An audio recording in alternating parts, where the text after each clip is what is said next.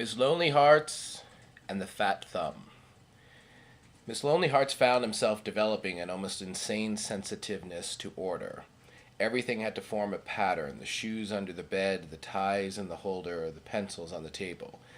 When he looked out of the window, he composed the skyline by balancing one building against another. If a bird flew across the arrangement, he closed his eyes angrily until it was gone. For a little while he seemed to hold his own, but one day he found himself with his back to the wall. On that day, all the inanimate things over which he had tried to obtain control took the field against him. When he touched something, it spilled or rolled to the floor. The collar buttons disappeared under the bed. The point of the pencil broke. The handle of the razor fell off. The window shade refused to stay down.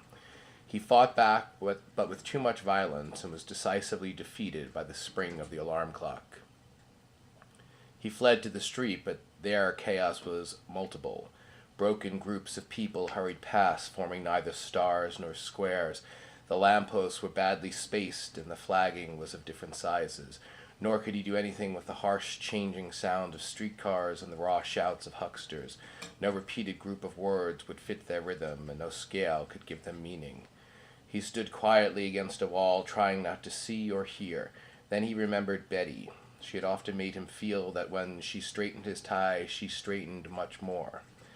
And he had once thought that if her world were larger, were the world, she might order it as finely as the objects on her dressing table. He gave Betty's address to a cab driver and told him to hurry, but she lived on the other side of the city, and by the time he got there, his panic had turned to irritation. She came to the door of her apartment in a crisp white linen dressing robe that yellowed into brown at the edges. She held up both her hands to him, and her arms showed round and smooth like wood that has been turned by the sea. With the return of self-consciousness, he knew that only violence could make him supple. It was Betty, however, that he criticized. Her world was not the world, and could never include the readers of his column. Her sureness was based on the power to limit experience arbitrarily. Moreover, his confusion was significant, while her order was not. He tried to reply to her greeting and discovered that his tongue had become a fat thumb. To avoid talking, he awkwardly forced a kiss and then found it necessary to apologize. Too much lover's return business, I know, he stumbled purposely so that she would take his confusion for honest feeling, but the trick failed and she waited for him to continue. Please eat dinner with me. I'm afraid I can't. Her smile opened into a laugh. She was laughing at him. On the defense, he examined her laugh for bitterness, sour grapes, a broken heart. The devil may care, but to his confusion he found nothing at which to laugh back. Her smile had opened naturally, not like an umbrella, and while he watched her laugh folded and become a smile again, a smile that was neither wry, ironical, nor mysterious. As they moved into the living room, his irritation increased. She sat down on the studio couch with her bare legs under her back straight. Behind her, a silver tree flowered in the lemon wallpaper. He remained standing. Betty the Buddha, he said. Betty the Buddha, you have the smug smile. All you need is the pot belly. His voice was so full of hatred that he himself was surprised. He fidgeted for a while in silence and finally sat down beside her on the couch to take her hand. More than 2 months had passed since he had sat with her on this same couch and had asked her to marry him. Then she had accepted him, and they had planned their life after marriage, his job and her gingham apron, his slippers beside the fireplace, and her ability to cook. He had avoided her since. He did not feel guilty. He was merely annoyed at having been fooled into thinking that such a solution was possible. He soon grew tired of holding hands and began to fidget again. He remembered that towards the end of his last visit he had put his hand inside her clothes. Unable to think of anything else to do, he now repeated the gesture. She was naked under her robe, and he found her breast. She made no sign to show that she was aware of his hand.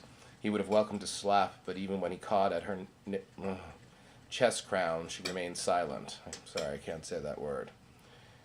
Let me pluck this rose, he said, giving a sharp tug. I want to wear it in my buttonhole. Betty reached for his brow. What's the matter? She asked. Are you sick? He began to shout at her, accompanying his shouts with gestures that were too appropriate, like those of an old-fashioned actor. What a kind bitch you are. As soon as one acts viciously, you say he's sick. Wife torturers, rapers of small children, according to you, they're all sick.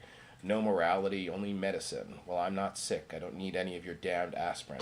I've got a Christ complex. Humanity, I'm a humanity lover. All the broken bastards. He finished with a short laugh that was like a bark. She had left the couch for a red chair that was swollen with padding and tense with live springs.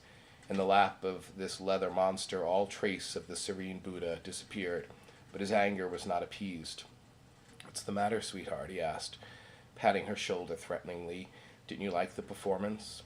Instead of answering, she raised her arm as though to ward off a blow. She was like a kitten whose soft helplessness makes one ache to hurt it. "What's the matter?" he demanded over and over again. "What's the matter? What's the matter?" Her face took on the expression of an inexperienced gambler about to venture all on a last throw. He was turning for his hat when she spoke. "I love you." "You what?"